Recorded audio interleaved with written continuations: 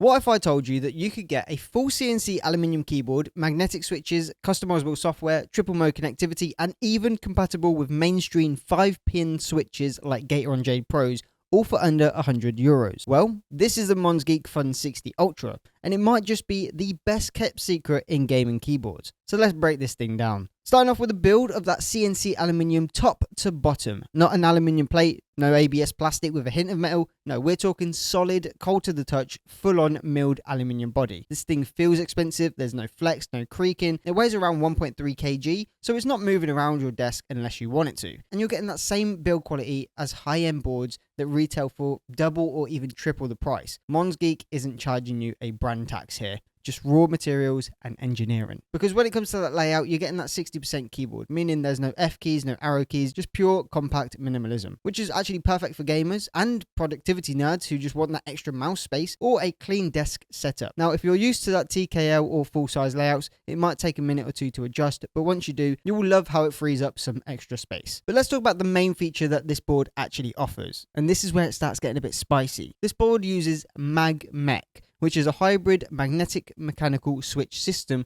that supports hot swapping for mainstream 5-pin switches. And yes, even the Gateron Jades or Jade Pros, which is crazy. You can literally mix a tactile clicky switch with a linear one or go fully magnetic. And then that means that every switch could be customized through the software. So unlike your traditional mechanical keyboards, these magnetic ones have an activation point where in the software you can adjust it down to 0.1mm for extra precision. So that actually means faster triggers in competitive gaming, or even having slower actuations to have better typing experience. Or you can even have dual step actuations for advanced key bindings, so a light press can mean walk, and then you press it hard for him to run. So with all that, let's talk performance. Because this keyboard is using TMR sensors, offering that 0.1mm actuation detection and a polling rate of 8000 in wire mode, that's esports level of responsiveness. The standout gaming feature is definitely the snap key. Now think of this as an intelligent override system. Let's say you're pressing D to strafe right and suddenly you want to go to the left and hit A. Most keyboards hesitate, Snapkey doesn't. It prioritizes the most recent input instantly, so you feel faster, tighter, and more in control in competitive FPS or MOBAs. And it is a subtle difference until it saves you in them clutching rounds. And some testimonies from other gamers out there saying that in Valorant,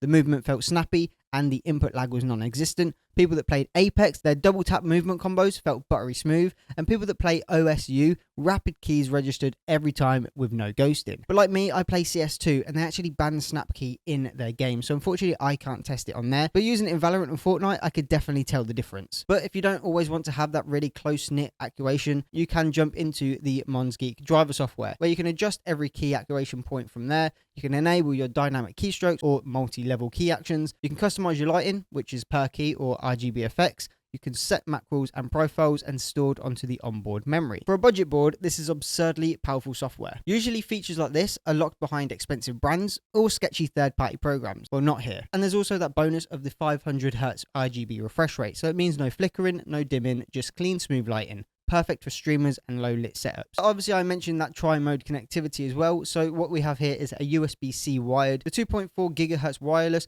and the Bluetooth 5.0. Powering the whole board is a 4000 milliamp battery, which lasts a solid 25 to 30 hours with RGB on, or over 100 plus hours with the lighting effects off. And that's days of gaming without it being plugged in. And thanks to the ARM Cortex M4 processor, it manages background tasks and power usage efficiently. So you won't be draining your battery on idle lighting or low usage scenarios. But this is the part that sort of breaks my brain. So all of this is for under €100.